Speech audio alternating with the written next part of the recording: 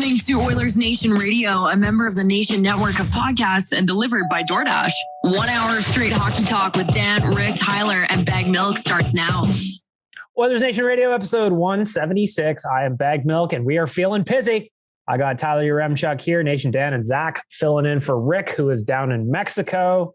We have got a lot to talk about, but as we do every week, we start off with our Oodle Noodle Delicious Debate. Mr. Yaremchuk, what are we talking about this week?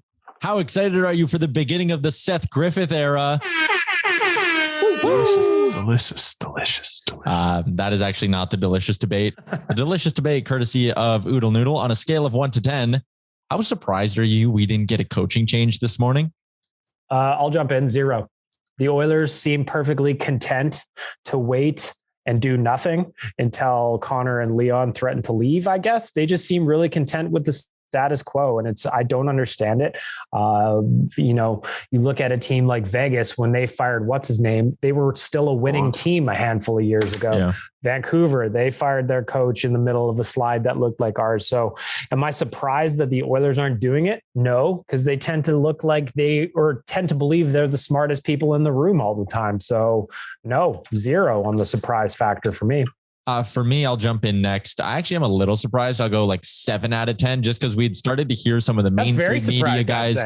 Yeah, some of the mainstream guys had started to bring up the idea of a coaching change potentially coming. And then I'd heard some things maybe today that changes might be happening, but ultimately, I guess it didn't materialize. So I think it's a mistake, but I'm a little surprised it didn't happen. Well, you said it anyway, sorry to cut Zach and Dan off here, but you said it anyway in that tweet. Like, if you're waiting for one more loss, what's the point here? What are we doing? Because the decision's already made. What is one more loss on the pile going to do? It does nothing. 0.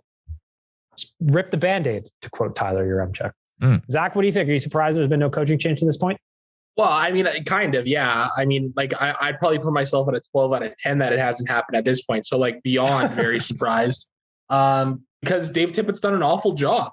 But hey, you know what, guys? Like, we've been following this team for long enough. And in Edmonton, all they want to do is accept mediocrity. And mediocrity is what makes the world go round in Edmonton. So the Oilers are pretty mediocre right now. So I think the organization is quite happy with that. We're in year 7 of Connor McDavid. We're in year 8 of Leon Draisaitl. I think we're all feeling a little pissy about where the Oilers are at, and the organization just doesn't seem to give a shit. And it's frustrating. It's disappointing. You got jerseys tossed on the ice last night again. You get run out of your building by the Panthers, just like we all expected to have happen. And Tyler, you're spot on with that tweet, man. Like, what difference is it going to make? I mean, what's going to happen? Calgary's going to come into Edmonton on Saturday. They're going to win 3-0 or something. Oh, and now we can make the move. It's ridiculous. Just rip the Band-Aid off. Let's make it happen. And let's get a fresh face in there. It's like, do you have to wait? Like, obviously I hope, and I truly believe, actually, maybe that's just me being the eternal optimist, that the Oilers will show up to play against the Flames, because they always seem to. But as a counter, like, if you're waiting to get embarrassed or add on an 8th straight loss on Hockey Night in Canada in front of the whole country, like, what are we doing here? Dan, are you surprised or what? Well, for me, the positive that came out of the last game was they had a good start, and I was surprised to see that. And so I think that probably bought Tippett another day. And again, yeah, I agree with you guys that, it's about damn time for some kind of a change to happen, for some kind of a signal from this organization that, yeah, sure, the bat signal has to go up and we got to fix this. But at the same time, it's Ken Holland, and Ken Holland doesn't make in-season coaching changes. And so I was probably like a 0.5 out of 10. Yeah, like, I'm with you, Dan. I'm 0 on the surprise meter at this point, because the Oilers just seem content. Like, Ken Holland said it, what are we now, 10 days ago, 15 days ago from his press conference? It's like seems content to let them work through it, even though the hole keeps getting bigger and bigger. And all I can think of is that Simpsons meme where it's like, no, dig up, idiot. They are in a deep hole, and here's the thing is, I don't know how much a coaching change would just like stop the bleeding as it is, but at some point you have to do something, don't you? Well, yeah, I think so. And I mean, I think this is the perfect time to do it. Dave Tippett has lost 13 games behind the bench. Like I said this in the Beatcast last night to you, Bagmill. Like you look at any other profession, and if you had those kind of results over a 2-month period, like you're getting canned no matter what it is. So why isn't any different here for the Edmonton Oilers? Like, what are we waiting on here? It's embarrassing. It's an embarrassment for this organization that they're continuously just sitting on their hands here and not doing anything. Oh, but the answer's got to be in the room. The answer's got to be in the room. Well, then why'd you recall Seth Griffith this morning if the answer's already in the room? Like it doesn't make any sense to me what the messaging is. Yeah, like exactly. Like, hey guys, look at this one. Brad Malone and Seth Griffith, baby. Like, guys, come on. Is that a direct shot at Dan Gallant here? Hey, how dare you besmirch the good name of Brad Malone? But it's ridiculous. And at this point, you just can't help but laugh about it, right? Like, I mean, what else can you do at this point? Not a whole lot. Not a whole lot. You just got to ride it through. Tyler is now on his phone. He is producing the podcast at an elite level. Dan, I don't know what you're generally the most positive one on this podcast. I appreciate that you said the Oilers actually had a good start last night. And that's one of the more frustrating things too, is the last two losses specifically. They were up 3-1 against the Sens after 40 minutes. Last night against the Panthers, absolutely running the show for the first period for sure. Second period, it was much more evenly played, but it was one of those ones where Bobrovsky at one end is standing on his head, other end, Mikko Koskinen can't match. And I'm not hanging the entire loss on Mikko as much as some people did, but there comes a point when you at least got to get a save, right? Well, yeah. And I mean, when you're down 2-0 and then it turns into 3-0 and then it goes to 4-0. Like it's just, yes, at some point you start to beg for that save, but at the same time, Koskinen was in the net, whether he wanted to be there or not, or was ready to be there or not.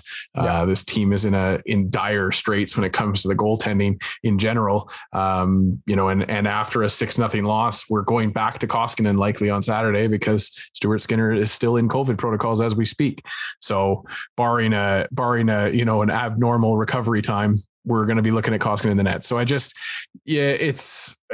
I really felt like that game was one of those ones where, you visually won that game and you didn't win it on the score sheet, but yeah. Well, until the third period anyway. Well, that's and exactly. But also I think you sensed it as soon as that first goal went in, the deflation was on and it wasn't there long after that it was 2-0. So, it's just this team is in one because they are trapped by this first goal nonsense that we're having to deal with and this effort that they're putting forward. But like you said, Bagmilk, last 2 games, better effort, just haven't got the results.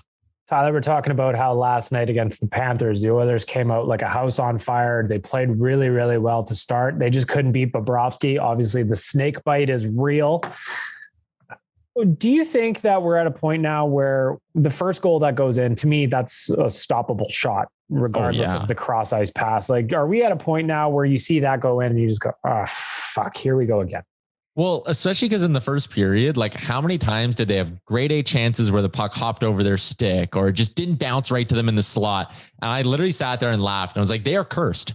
There's going to be a weak one that goes in and we're going to look back at these 5-6 chances they had in the opening frame. And we're going to go, damn, really? One of those couldn't go in. And that's the one we give up. And that's really what happened. Like the one Koskinen gave up, the more you watch it, the more egregious it gets. In the moment when I saw it the first time, I was like, that's Barkov. That's a cross ice pass. Like maybe it wasn't too bad. But even then, like after Bobrovsky stands on his head for the first 20 shots of the game, you can't stop that, Mikko. The saucer pass across the ice was so slow. How do you not move quicker? Like man, they are cursed. I think they are cursed.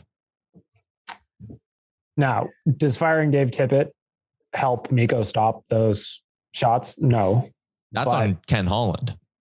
Yes. So that's the thing that I wanted to touch on. So they're not going to fire the coach. It doesn't seem like, at least not right away. Maybe one more loss. I remember a couple of weeks ago when it was like, well, if they lose to Ottawa, and they did.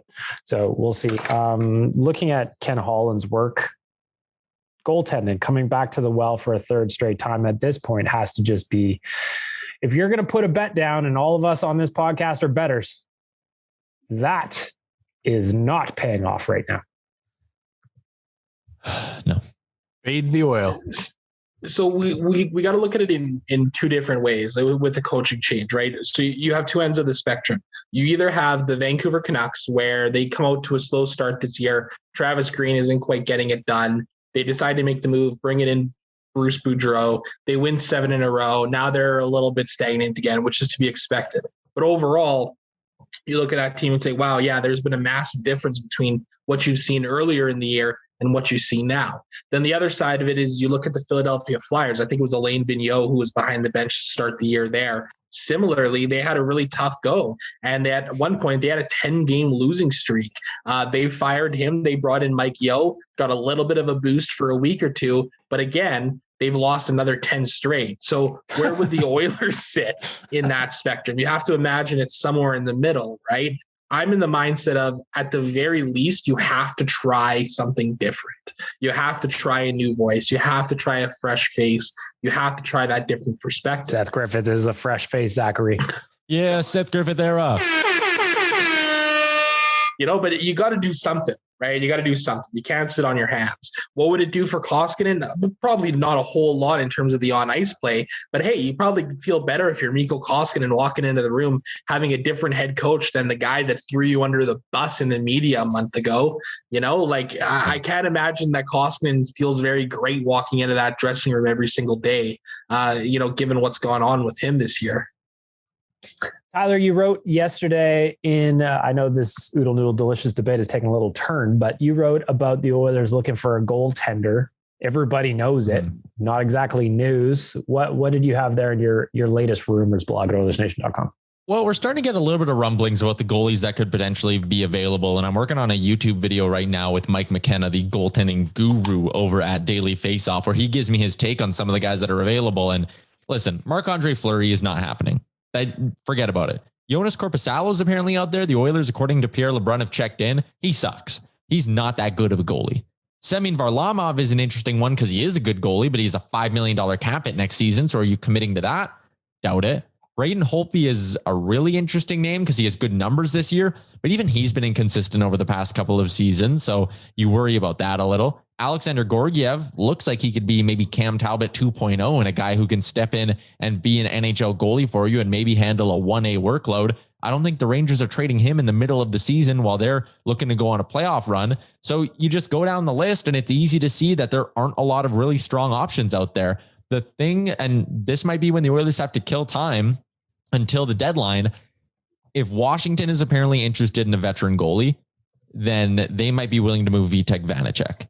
Once the taxi squads end, and this comes up obviously quicker than the deadline, once the taxi squads end, St. Louis has Ville Husso and Charlie Lindgren, and both those guys have really good numbers this year. Maybe you can pry one of those loose or hopefully scoop one up on waivers for free. And the other name that I'd be interested in is Pavel Francouz. And you might be thinking like, why would Colorado deal him? They're cup contender. But if the rumors about Colorado being interested in Fleury are true, they might need to get rid of Francouz to free up the money and not have a 3-headed monster between the pipes. So there's names that are interesting. I just don't think those names are available yet.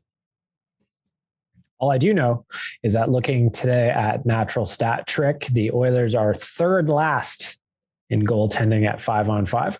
There's a lot that goes into that, of course, but it is also what it is. It is what it is. Dan, you've been the goalie apologist on this podcast for years now. Where are you at this point? Well, you will remember this offseason I checked out and I said, enough is enough.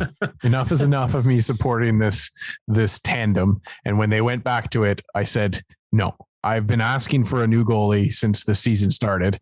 You guys were clamoring for third line centers during that win streak, and I was still asking for a goalie. So I'm still there. I'm trying not to just I like, for me on social media, and like it's just too much and it's piling on and it's just over the top and it's boring to keep talking about how bad our goaltending is. It's a situation that we started with this year and it continues to be what we thought it would be. Mike Smith has been every bit as injured as we imagined he could be. And we're sitting here just spinning our wheels in January. And I don't know, like I'm just so resigned at this point when it comes to all these little factors on our team where it's just like, I don't know if we can fix it in season anymore. I don't know if Ken Holland if he was, if he grew another 3 clones, a la Homer Simpson in that Simpsons episode with the hammock, if he could fix this situation on his own. I just don't know if it's fixable at this point. Zach, you're a fan of the fancies.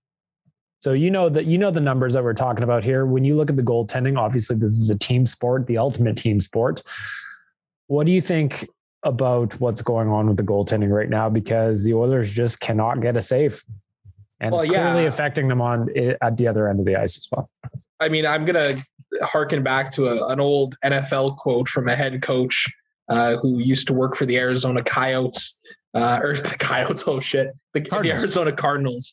There was a game in the late 2000s where my Chicago Bears played the Cardinals in the playoffs, and head coach of the Cardinals, Dennis Green, came out with a great quote after the game. It said, "The Bears are who we thought they were. We let them have it on the field. And if you want to crown them, then crown their asses. But the Bears are who we thought they were." And the Oilers goaltending is exactly who we thought they were. Like, we knew that Mikko Koskinen is not a starting goaltender. We know that Mikko Koskinen is not a guy that can run with it. And so should we be surprised? Absolutely not. Okay, yeah, sure. The Oilers are getting terrible goaltending. At 5-on-5 this year, 5th worst rate in the last, long stretch here. But in the same breath, since December 1st, the Oilers have the 3rd worst shooting percentage at 5-on-5. Yeah, they're getting PDO'd like crazy right now.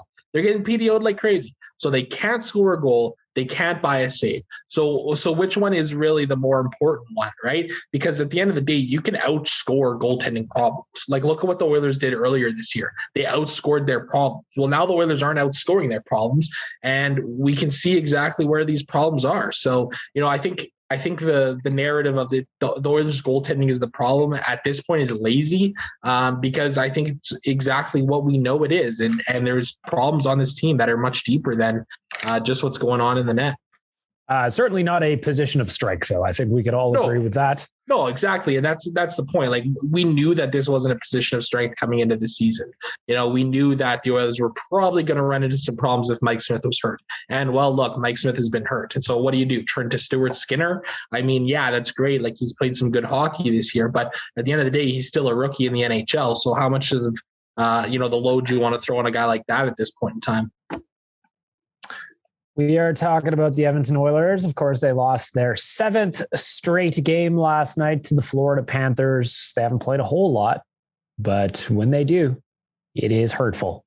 So we're going to move on a little bit, and we are going to give a shout out to our friends at DoorDash. It's Friday. Ding dong. Order yourself some food. You don't want to cook. I know you don't want to cook. You're listening to this right now. You're not cooking shit. Go on over to DoorDash, get yourself something to eat. We got some housekeeping items today. We talked about the Seth Griffith era kicking off. Tyler, if you want to push your button one more time for Seth Griffith. We also got some reports out of puckpedia.com that Brad Malone may be signing an NHL contract. I know Nation Dan is very excited about Brad Malone potentially making a return to the NHL. Again, this is shuffling the deck chairs at some point. Kyle Turris also on waivers. Do you think, even though these are minor moves we're talking about, do you think there's 2 minor moves and 1 major move, Bag Milk. And that major move is Brad Malone coming to this team. Sorry, go ahead. Sorry, I'll stop. Do you think there's something bigger brewing here with these little shuffles, or is this just trying to look busy? Tyler? This is just trying to look busy. This is, like you said, shuffling the deck chairs on the Titanic. Like, could Seth Griffith come in and be a decent bottom sixer for them? Sure. Is he going to be like any more of an upgrade on like Colton Sevier or someone like that? I don't buy it. Is Brad Malone going to come up and be that much better than Derek Ryan? No, I don't believe that either. I know Dan is emphatically nodding his head yes. The way you love Malone, you'd think he's from Halifax. Yeah. He is a heart and soul kind of player. Here's my theory, Tyler. Here's what I'm thinking these moves are happening. The reason is they're trying to pave the way for Jay Woodcroft. Jay Woodcroft has some guys that he's identified that he wants on this roster to fix some of the situations that we have. And who knows these Condors better than your future Edmonton Oilers coach, Jay Woodcroft, and his guys like Seth Griffith. And last month he was given a quote about Brad Malone, who wasn't even on his team. He was talking about a guy that wasn't even signed to the team. He loves Brad Malone that much. So two Brad Malone guys on this podcast. Jay Woodcroft. Jay Woodcroft was a guest early on the Real Life podcast, wasn't he? Very, very early. He might have been back when Gregor was involved with it. Yeah. But anyways, going back to my point, Seth Griffith and Brad Malone, they're paving the way. They're starting to plant that seed for what Woodcroft is going to bring to this organization. I like to follow that down the rabbit hole a little and just say the Oilers, that's how they're going to fire Tippett, is just keep introducing more Condors. And then one day Tippett's going to walk into the room and like the Condors logo will be on the wall and he'll be like, what the fuck? And I feel like I've made this Moneyball reference now like 4 or 5 times, but it is the Carlos Pena situation. We've cut Kyle Turris and Tippett's now like, well, who am I going to put in now? Well, you've got Brad Malone and you got Seth Griffith. As much as I would be really, really intrigued in Jay Woodcroft, again, I've said this before a couple of weeks ago. I don't think that I don't buy the argument he doesn't have enough experience. He's doing well as a head coach down in the AHL. And I refuse to ignore the fact that he was an assistant coach in the National Hockey League for, I don't know, what was that, like 10 years before finally getting his gig with the Condors? Like he learned some stuff there. Like I refuse to believe that he doesn't deserve a chance. It's either going to be here or there, but or here or elsewhere, I should say. But where I disagree with Dan is I just don't think that's the move Holland's going to make. People want it too much and the Oilers seem to like hurting our feelings. Back to the housekeeping. Zach Hyman yesterday ahead of the game, he was added to a COVID protocol. He joined Slater Cuckoo there and Stuart Skinner, who will miss Saturday's game against the Flames, all in COVID protocol. So there's things happening, none of them good, unless you're Brad Malone or Seth Griffith. Sorry, Dan. But the other big story of the week that how could we not talk about it is how pissy we all feel. If you missed it, and I don't know how you could because it was impossible to do so, earlier in the week, Jim Matheson and Leon Draisaitl had a very awkward exchange after practice. Jim asked Leon a question. Answer wasn't great. Followed up with a different version of the same question, in my opinion. Leon had no time for it. Jim responded by asking, "Why are you so pissy?" As it turns out, we're all feeling pissy because it wasn't just Leon who didn't want to answer that kind of question. It was Oilers fans in general. When you saw this, Tyler, you're the only one of us that's real media. What was your take on the "are you feeling pissy" situation? Yeah, real media, depending on who you ask. But I don't need to like get into a whole pissing match about this stuff. I'm not asking you to. Yeah. I've had plenty of really good interactions with Jim Matheson. I think he is a nice man. I just think using a word like pissy and saying it in that way to a player is just a little unprofessional in my opinion. And that's all it is. And I think Draisaitl is justified in reacting the way he did. And he gave 2 answers previous to Matheson's questions. And yeah, that's everything. I'm surprised actually that Jim went there. To be honest. Me too. It was really, really weird. Almost like Jim's been known to ask, he asks the questions he feels like asking. He doesn't really play by a book, but that one to me caught me off as like, oh, that's an odd one. The good news though, however, shout out to Jim. We did launch the We Are All Pissy Tees. Those are available, I think, until Sunday, I believe. So Sunday would be the 23rd of January, nationgear.ca. Zach, what do you think of those? Why are you so pissy? I mean, there's a couple ways you can look at it. I think for me, I think it's disrespectful. I think it's disrespectful to the player. I think it's as simple as that. I don't think you listen to any press conference around the league and you really don't hear interactions like that publicly. And if you listen to any of the media talking heads, you'd say, okay, well, these things are going on behind closed doors. But unfortunately, this isn't a world we live in where those things are happening anymore behind closed doors. It's out in the public eye. And honestly, I think if anybody's pissy in that scenario, it was Jim Matheson. He's the one who got defensive and upset at Draisaitl's comment, and it wasn't really the other way around. I think at the end of the day, these players They do need to come out and they do need to speak to the media and they do need to be accountable. But, at the end of the day, like, why are we trying to get Leon Draisaitl to answer questions that are really more for guys like Ken Holland as to why, this roster is constructed in such a poor way that the Oilers are in the middle of this slide. So I don't even know if it was Leon Draisaitl's question to be answering in the first place. And I mean, I got a good idea why he's pissy. Well, I mean, exactly. I got a pretty good idea. And there's 13 of 15 reasons for it. Dan, wrap us up on the pissy gate here in Edmonton. What is your take on it?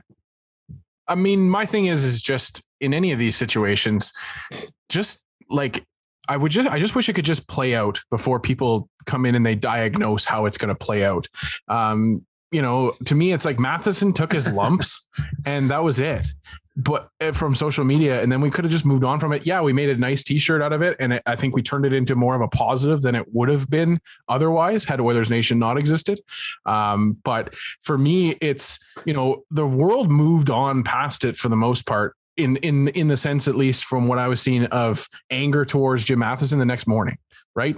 But then all these writers are coming out and defending him and making people say like, no, calling or asking an NHL player who's lost 10 out of his last 12 games why he's pissy is not a good question of a professional to ask.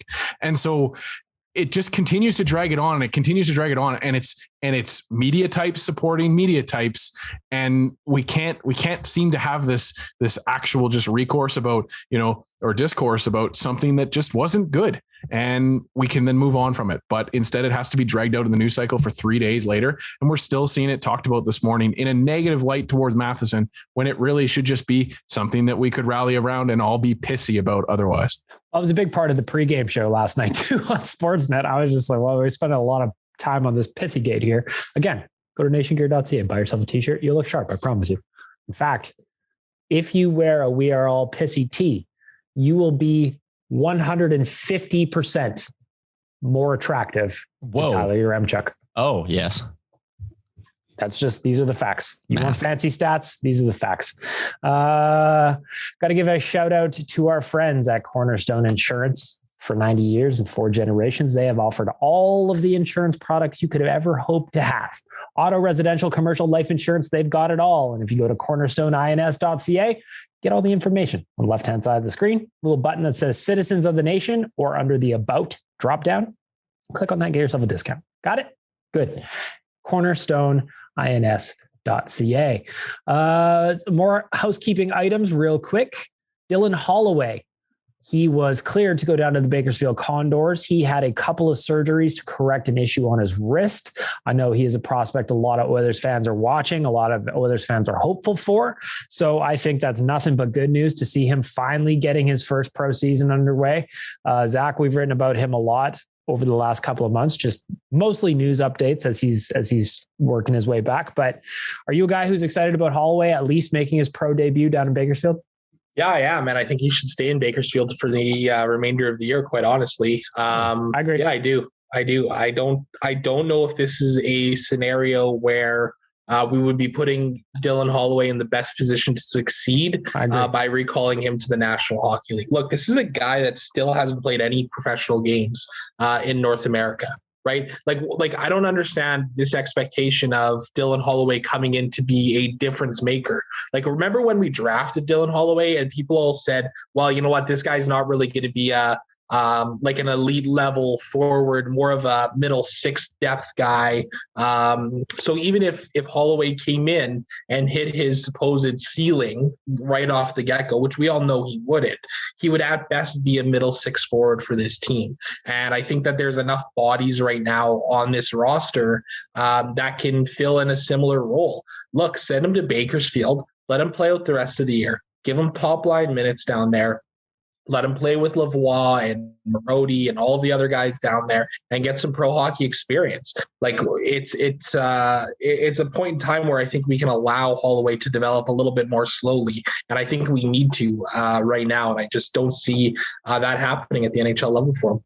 I agree completely. I think that setting him up for a success would be leaving him in Bakersfield. Let him be the big fish, even if he comes out and rips it up. I don't think there's a bad thing there in his first pro season. Tyler, did you disagree with that? Yeah, I do disagree with it. I think you need to let him decide where he's going to play in a way. Let his play decide where he's going to end up. And if he goes down to Bakersfield and let's say he gets 10 games in during his first 3 weeks there, whatever the math would be, first month, let's say he goes down there and he has 15 points in 10 games.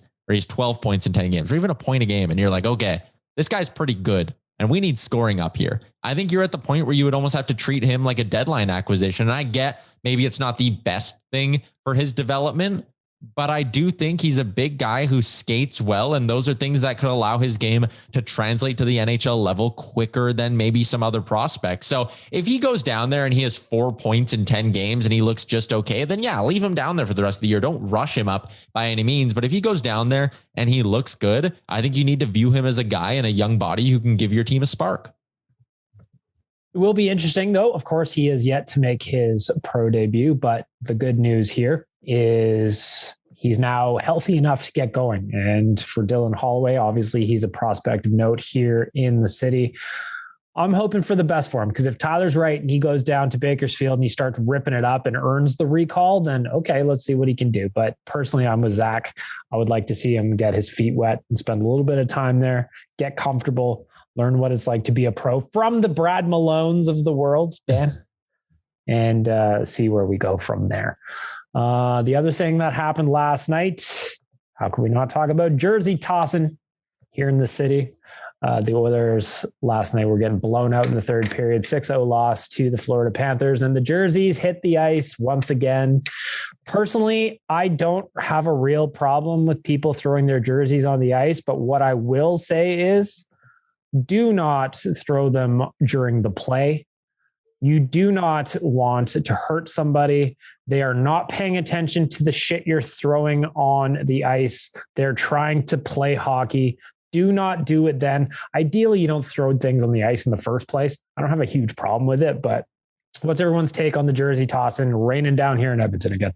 Well, I went on a pretty good rant about it. And coming from me, I was in Halifax. I know, crazy, at a Mooseheads game. They gave out those. Do you know those little fans the little clappers that you can get that are made out of paper? Yeah, sure. At a Mooseheads game, somebody threw one of those over the ice or over the glass. Referee didn't see it. Attendant didn't see it. I saw it. Players came down. Player tripped over that piece of paper. Didn't see it on the ice and tripped over it in the middle of the play. Vancouver Canucks. That is comparable to having a jersey on the ice, because people don't necessarily see that. And then they come and they trip over that and they smash their heads in the boards. Yes, I know it's a low percentage opportunity of that to happen, but why don't we throw our beer over the glass? Why don't we throw our hot dog over the glass? That shit's expensive and it's delicious. We paid money. We paid good money for that too. And that's the argument I always hear is, well, they paid their $300 for the jersey so they can do what they want with it. But you can't sit here and tell me that throwing anything into the field of play is okay, including a jersey. That's my opinion. And I'm fine with yours too, Bag Milk. I'm okay with you still. I don't hate you completely. It's like I said, I don't want people throwing jerseys on the ice, but if you're going to do it, okay, I'm not going to be like, whoa, but yeah. There's no reason to throw anything on the ice during the play ever. Tyler, what's your take on this? Yeah, I'm kind of with you, Bag Milk. Like, don't do it during play. If you want to do it because you think you're sending a message, sure, I guess do it. But I don't see much of a point to it. It's not like Ken Holland's going to see it and be like, you know what? God damn it, Tippett's got to go. Like, that's the last straw. That's a Ryan Jones jersey on the ice, and that shit's sacred. How dare you? From China. And what happened to the grand actual gestures? Like, we had a guy that paid for a billboard and he drove his truck outside of the Oilers offices for like 2 years, telling them to fire Kevin Lowe. Like, jerseys was a gesture about like 8 years ago. Now everybody just does it. Come up with something new. I got one. How about somebody throw a Bobby Nix burger on the ice? Nah, hey man, while we're talking about a lot of money here, in this economy, you can't be throwing a $55 burger on the ice, you know? But that's it for me. Is it's just like, it's like, okay, well, we have to come up with a line at some point.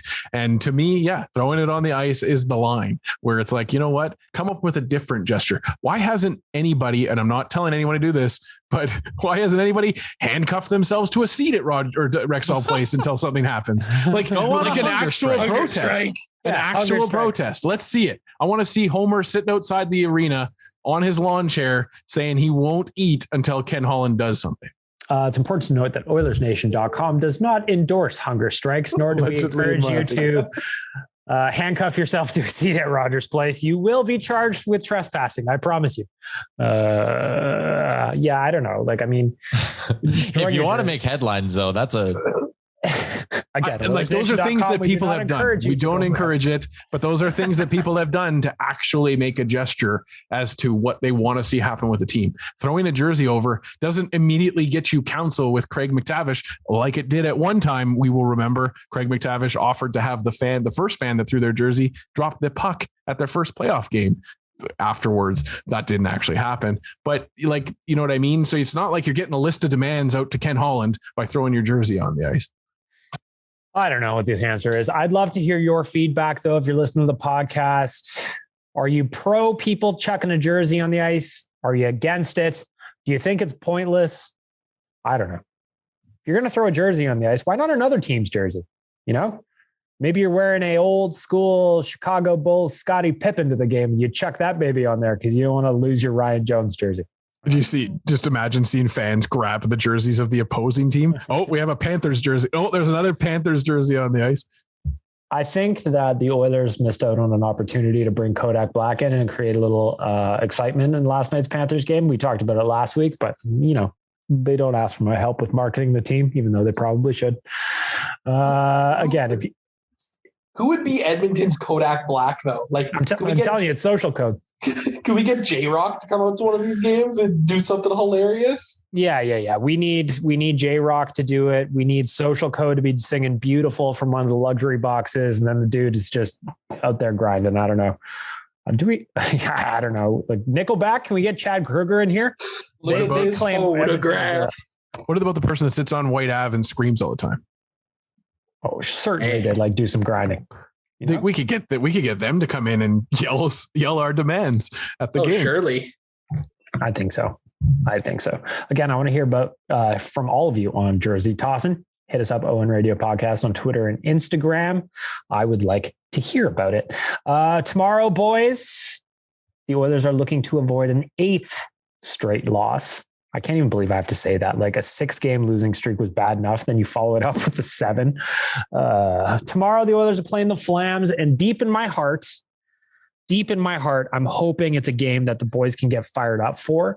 They always seem to be fired up for a Battle of Alberta.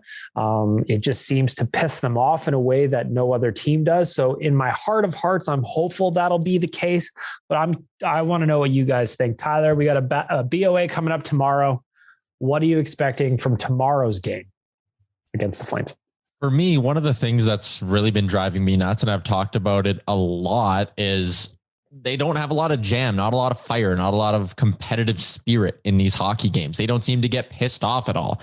I'm really hoping the game tomorrow night, Saturday, against the Flames, Battle of Alberta, wakes the Oilers up a little bit. It'd be great if the Flames come out of the gates and are dirty and are chippy and are playing physical, and the Oilers go, you know what? F these guys. These are our rivals. We're not going to let them do that to us. And hopefully it wakes up the Oilers. That's the positive. At least I'm looking at the 2 points is massive, but I would love to see the Oilers wake up and respond physically to a big Battle of Alberta. That's my worry, in the sense that everybody knows the Oilers are at where they're at right now, that the Flames just come out and get to work without playing the chippier, dirtier side. Like they tell Matt Tkachuk, like, hey man, the Oilers, don't engage them, because if they get pissed off, you might poke the bear a little bit. Zach, what are you expecting from the Battle of Alberta? Well, I mean, the Flames can win the game pretty easily, honestly. They've been one of the best defensive teams in the league this year. They got the second fewest goals against this year. But you know what? They're a team that's struggling too right now. In their last 11 games, they've gone 3-7-1 and allowed 40 goals. So it's not like they're playing gangbusters right now either. So, you know, the method against the Oilers is the same as it has been for the last 2 months. You come out in the first 5-10 minutes of the game with some energy and some jump, fire as many shots as you can on net from basically anywhere. One of them is bound to go in, and then the rest is history. Like, seriously, you get a 1-0 lead against the Edmonton Oilers, game's good as over. Like, this Oilers team just has no fight. It's so sad to say that. And it's pathetic that this is even what we're talking about, but that's the truth of the matter right now. So, I want to sit here and say, oh yeah, I think the Oilers are going to come out and run away with this game, and it's going to be the game that gets everything back on track. But I mean, I just don't see it happening. I don't think I've ever seen a group of Oilers players as dejected as I ever have right now. I've been following this team for 15, 16 years. I've sat through the decade of darkness, and I don't know if I ever recall a point in time where it felt so low about the Edmonton Oilers in general. So, I mean, it's Calgary's game if they want it. I was talking about that with Jason Greger on Selfish Plug, my latest episode of Better Late Than Never. I was talking to Greger about it. Like, this has been going on. Oilersnation.com has been around a long time at this point, and we've covered a lot of losses over the course of that time. But this one it feels different. It feels like we're in the darkest Oilers timeline right now. And I don't know if there's even a glimmer of light coming in. But back to the question at hand, Mr. Nation Dan, what do you expect from the Battle of Alberta? I think one of two things. It's either a game where we come back and we win it and it's a solid effort, or I think it's fight night and we have a bit of a pissing match between these two teams. You guys have already touched on it. The Calgary Flames and Flames fans have been really enjoying the Oilers' struggles as of late, because it's it's true, but it's been able to mask their issues. And we also can't forget that they had issues last year too, that left them outside looking in. So they're pretty frustrated as it is. And so, I think it's either going to be a good game for the Oilers, or I really hope that we have a fight night on our hands and we've got the 3 or 4 fights. And this team just shows that at least it's got some emotion left in it, even if it doesn't necessarily have the skill or the horses to do it. Honestly, I think the Oilers need a fight night, in the sense that I don't expect Kaylor Yamamoto's to go out there and scrap, but like, they need something that rallies the team, like a good line brawl. Nugent Hopkins versus Monahan. Yeah, like a Bichai on the bench. Everybody's chucking them, everybody in the pile. I haven't seen that from the Oilers at all this year. They looked a lot grittier and more intense in the first period of last night's game against the Panthers, but they can't stop it after 20 minutes either. It has to be an all night thing. And, here's hoping maybe the Calgary Flames bring that out of them. I would love to see it, but we'll have to wait and see. Before we wrap up the preview of the Battle of Alberta, again, it looks like Koskinen's in net tomorrow night. Skinner's still in COVID protocol. Mike Smith now as we're recording this Friday, January 21st, it is now 8 days since he was said to be out 1 or 2 weeks. So we've passed the first marker there. Let's see where he comes back. Looking at some updates from some of the local guys, it looks like Ryan Nugent-Hopkins and Mike Smith are both skating. Hopefully we'll be back next week, but we'll see. To wrap up the Flames preview, quick score prediction, everybody. Nation Dan, you're first. I'm going to say 4-3 Flames in OT. Zach. 5-1 Calgary. Tyler. 6-4 Oilers. I'm going to say 4-2 Oilers and stay on brand. Thank you very much. All right. I want to go ahead and get to our Ask the Idiots questions here. I'm going to give a shout out to Buster's Pizza. If you go to busterspizza.ca, I promise you will find a location near you, and they've always got more popping up, whether you want a pizza, donair, whatever tickles your fancy. Our friends at Buster's, they have got you covered. Okay. If you don't know how this works, Ask the Idiots. These questions have been submitted to me over the course of the last week or so. The boys have yet to see them or hear them. We're just going to get their first reactions live on the podcast here. Tyler Remchuk, you're up first on my screen for our friends at busterspizza.ca. First Ask the Idiots questions is, the Oilers are very disappointing once again.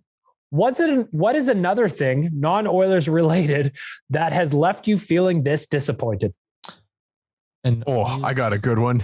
This week of weather, the last 2 or 3 weeks of weather, when it comes to my skating desires, I want to get out and skate every single day, and our rink has either been melted or disgustingly frozen and covered over with snow. So I'm saying the weather recently has been that level of frustration for me.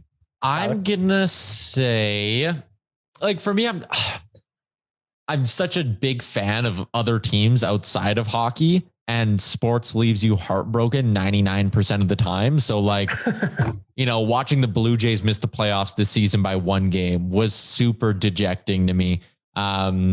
Something in my personal life this year, I had a chance to break 80 golfing in the mountains over the summer, and I absolutely fell apart on the last 3 holes, and that really left a sour taste in my mouth. So there's plenty of things that leave me down. My life is generally filled with a lot of disappointment.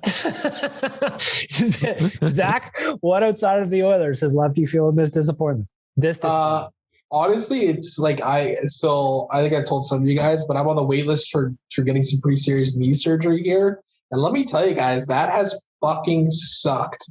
Like I've never had to deal with pain like this before. And it is just so exhausting and draining. And I'm tired all of the time. Plus it's so cold and I can't even go for like a little walk around the block. And it's just icy and shitty everywhere. I'm in pain and I'm sad and the Oilers are losing and everything just sucks. You can choose a functioning knee or an Oilers Stanley Cup. Which one do you take?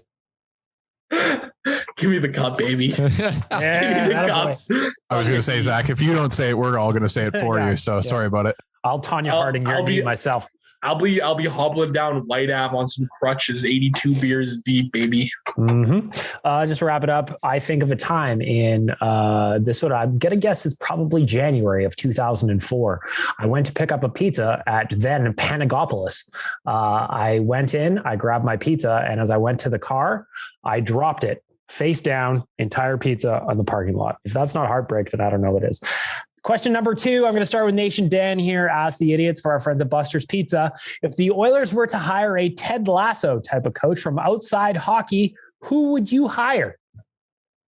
Well, I mean, myself, like, I don't know. I feel like I have the ability. If I could just get in there and I could just tell these guys how great they are and how much better they can do. If they just increase their output by 1%, they will all be better. So yeah, I would say myself. I'm going to give myself the Ted Lasso nod. Zach, who are you hiring as a coach outside of hockey? Oh man, I don't know. That's a good question. I'm going to go with Lisa Simpson actually for this one. There was an episode of The Simpsons where she took over Bart's minor league baseball team, turned it into an analytics haven, and they went on to win a championship. So I think if anybody can turn this ship around, it's Lisa Simpson. Tyler? Oh, okay, fuck. What's his name? Zach, you might be able to help me. Who's that college football coach? He's a little bit of a bigger guy. He's always got a doofus looking haircut, and he always like... Fuck, what's I'm typing all these descriptors into Google to see if it works. Ed Oregon? Oh no, here he is. LSU coach? No, oh my God, it's literally a picture. Mike Leach. I would like Mike Leach. What is the context here, Tyler? I don't know. He's just a guy who's had some pretty funny interview clips, and he always seems like he's sending a good message. So if I'm thinking of the right guy, it's Mike Leach. Mississippi State, though. There Gross. I'm going to say Derek Jeter. No reason why. I just think Jeter's coming in and getting the job done. Respect. All right, working through Ask the Idiots for Buster's Pizza. Question number 3. I'm starting with Zach. What is your favorite place you've ever traveled to? I don't really travel much, honestly. Like I was in Arizona once when I was in like the 10th grade. And beyond that, the furthest I've traveled is like Bob Cajun, Ontario. So Bob Cajun was pretty cool. So let's go with that. Tyler? I'm kind of in the same boat. I haven't traveled a lot of places. Me being an absolute degenerate, I love going to Vegas. Me being a big Jays fan, I'm always happy to go to Toronto once a summer and watch my Jays play. So those are probably right up there. And it shows what a basic life I live. Dan? I've been married there. I've gone there for family reunions. I've done everything in Las Vegas. That's my favorite place to visit. Vegas is Viva dope. Las Vegas. It's very, very hard to have a bad time when you're in Vegas. What is my favorite place I've traveled to? I've been lucky enough to travel a lot. So I'll just say Southeast Asia, just as a general. I can't pick a specific country. The whole area is cool. And it's also very beautiful. Question number 4, ask the idiots for our friends at Buster's Pizza. With the situation we're currently in and the lack of great assets, is anybody interested in trading Leon Draisaitl in a one for many deal? Tyler Yaremchuk. No. Zach? Well, I mean, it's a bit like we gotta like if we're gonna go to that, like we have to talk about like what's a realistic return on a trade. I mean, like if we're actually gonna have that conversation, like I'm sure there's packages out there that you could come up with that would pique your interest. But if we're talking about moving a league MVP who scored 50 goals, put up 100 points multiple times, it would have to be a massive package where like you're shipping him to, big package. Like just to throw something out there, like you're shipping him to the Rangers and you're getting back like Adam Fox, Mika Zibanejad, and like Capo Caco or something like that, where you're getting like multiple elite assets back. And I don't think that the Rangers would ever do that trade, but that's the type of package you would have to kind of look for if it was ever something you were realistically looking at. Trade him to the Panthers for Jonathan Huberdeau, Mackenzie Weegar, and Spencer Knight. A forward, a D-man, and a goalie. Yeah, like that's like if you're gonna do it, like that's like something that's realistic because you're getting an elite playmaking winger. You're getting a number one pairing defenseman who's strong in his own zone, and you're getting somebody who projects to be one of the best goaltenders in the NHL in the next number of years. So yeah, something like that would be realistic. Dan, you got any interest in trading Leon?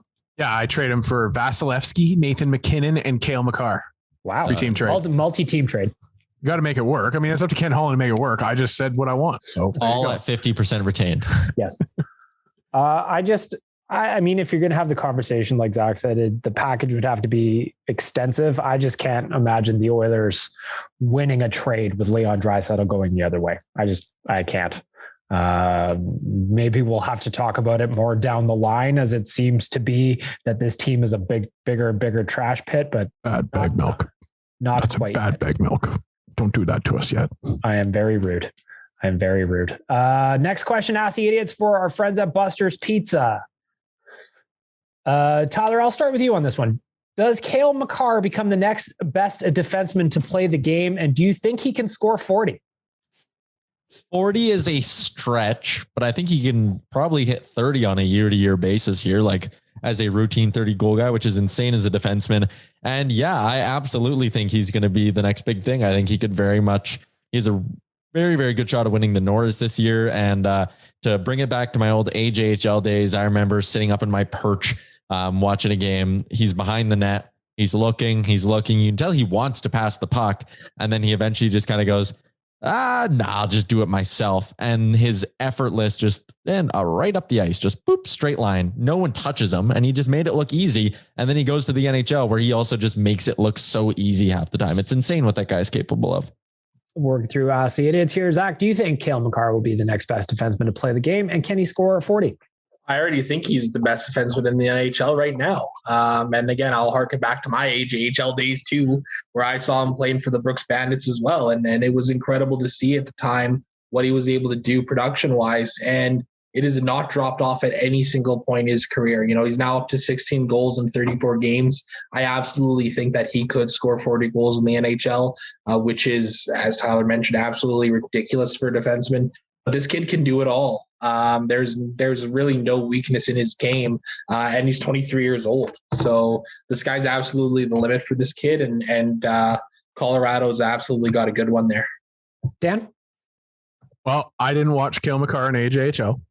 I haven't watched him very much in the NHL. I did tell a random Twitter follower that I was going to watch more Colorado games going forward because I do want to be able to have more of an opinion on this, but to be honest, I have to defer to everyone else because I haven't seen enough of Cale Makar to say whether he is generational or not, but I've heard only amazing things about him. I was watching them play the other night, and the way he jumped up into a 2-on-1, it looked like he took like 2 strides. It was like beep, beep. And then like he was past everyone. He was up in the rush. It was insane. I've watched, I wouldn't say a lot of Colorado games, but I've watched more than a handful this year. And the guy is just unbelievable to watch. Can he score 40? I don't know. That's a ton of goals for a defenseman. But if anybody in this league can do it, it's probably him. When was the last time we had a 40 goal scorer? Last time we had 30 was Mike Green, I think. I was going to say Mike Former Green for Oiler sure, legend. but not 40 though. That's right. Like you'd have to go back to like probably Coffee days and maybe Lidstrom, but he was more of an assist guy. It's Green and then Coffee before that. And I think Jason Garrison got close. Nice. AKA former Edmonton Oiler. Jay Downton, AKA Jason Garrison. And also 2 Oilers legends on that list. Shout out to both of them. Well, 3, Paul Coffey's also there. Oh yeah. So here you go. 100%. There you go. So I just looked it up. 3 times a defenseman has scored 40 goals in the NHL.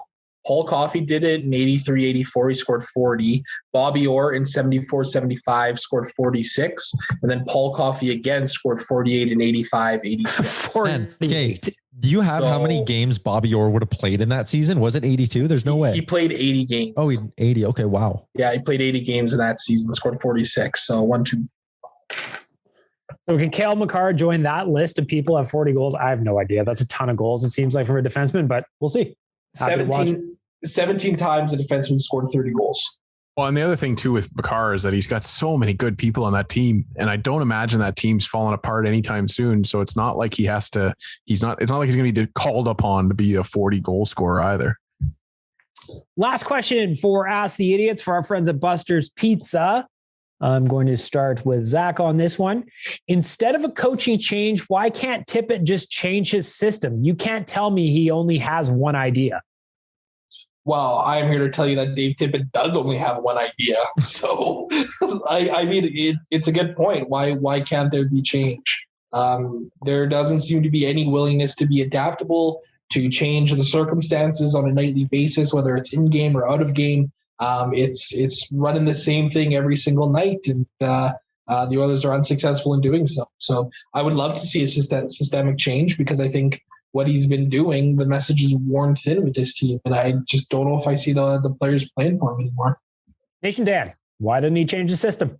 Well, one of the skills that I think I'd like to add to my repertoire is a little bit more X's and O's knowledge as I go forward. But to me, yeah, like when I think of really good teams, they're versatile. They change based on the game situation. You can go from being a run and gun team to a trap team, just depending on the situation that you're within. This team tends to have one or two kind of styles. It's either they're going after it or they're sitting back and holding on, and neither of them seem to be that successful. So yeah, I mean, you know, as a lay person sitting there watching the game, you feel like there should be more changes and more adjustments coming, and the coming out of periods and intermissions for me is where I kind of hope for a coach to be able to step in and change things up if it's not working in the first period, or keep it going if it is in the first, kind of thing.